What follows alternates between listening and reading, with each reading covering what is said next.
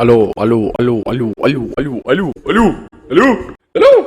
ايه الاسلوب ده ليه كده؟ احنا ضيوف عندكم. مين ايه الاخبار؟ النهارده فيديو جديد، حابين نتكلم عن قصص خطير اللي انا مش عارف لحد دلوقتي كانت بتتعبنا ازاي بيني وبينك. يعني الحاجه الوحيده اللي عملناها في البلد دي سؤال بعدد شعر راس. نبدا باول اساطير غريبه، بس قبل ما نبدا باول اساطير، اشترك في القناه، اشترك في القناه يا راجل محترم، اشترك في القناه وفعل زر الجرس عشان يوصلك كل جديد يا راجل محترم. تمام؟ ولو مش عاجبك الفيديو ده اتكل على شوف طريقك في فيديوهات اخرى في قنوات اخرى بتعمل هلس بقى وبنات بقى قلعه وبتاع. احنا قناه شريفه جدا. ندهة النداه. يعني ايه ندهته النداهة؟ اللهم احفظنا يا جوني، بلاش السيرة دي. ليه بلاش السيرة دي؟ من حقي افهم، يعني ايه ندهته النداهة؟ نبدا باول اسطوره، كانت اسطوره النداه.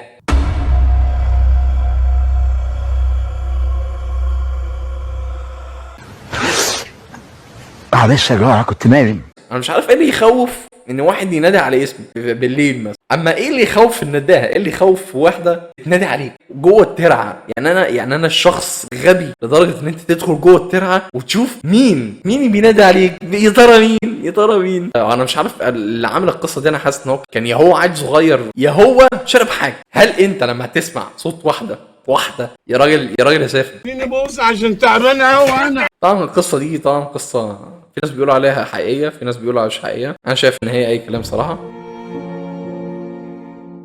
الشبح سوف يهجم على الأطفال. هذا من أجل أطفالي وهذه من أجل. وتعالوا نتكلم في القصه الثانيه. في قصه كده اللي هي بتاعت ابو رجل مسلوخه.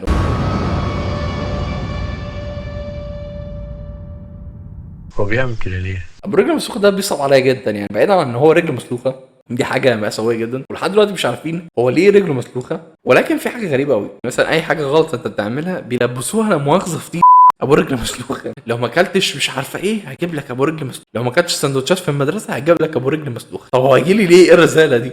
يعني هو سايب الدنيا كلها ويجي لي انا؟ ولما غسلتش سنانك قبل ما تنام هيجي لك مش عارفه مين، ولو ما ذاكرتش هجيب لك مش عارفه مين. ايه وسيط بين ابو رجل مسلوخه والامهات؟ هجيب لك ابو رجل مسلوخه. ايه انت تعرف منين يا فندم؟ ايه الحاجه اللي يعرف واحده ام محترمه تمام تعرف واحد ابو رجل مسلوخه؟ فدي حاجه حزينه جدا اللي هو ابو رجل مسلوخه. ما حدش لحد دلوقتي عارف قصه ابو رجل مسلوخه الحقيقيه ايه. المهم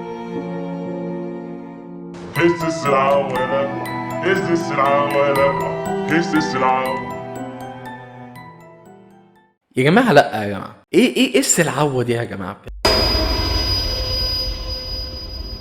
بجد انا بالنسبه لي يعني هو ده حيوان، هخاف من حيوان؟ طب الحيوان ده هيعمل لي ايه؟ فاهم؟ هو الحيوان ده عامل زي الاسد عادي، لو ما تطلعش بعد الساعه 12 مثلا عشان هيطلع لك سلعوه. لا، انا لو مشيت لوحدي بالليل هيطلع لي بلطجي هيوقفني وهيثبتني وياخد كل فلوسي. ده اللي هيطلع لي وده اللي خاف منه الصراحه. بس سلعوه هيطلع لي هيعمل ايه؟ هيثبتني هو كمان؟ وانا خلاص كده بقت ملطشه يعني للناس. يا جماعه في ايه؟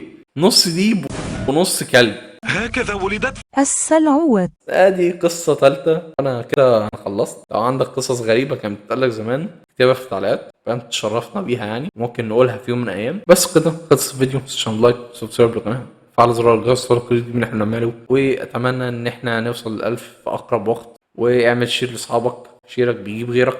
خلص الفيديو، نشوف الفيديو الجاي، وسلام يا محترم. Thank you. Get fucked to kind.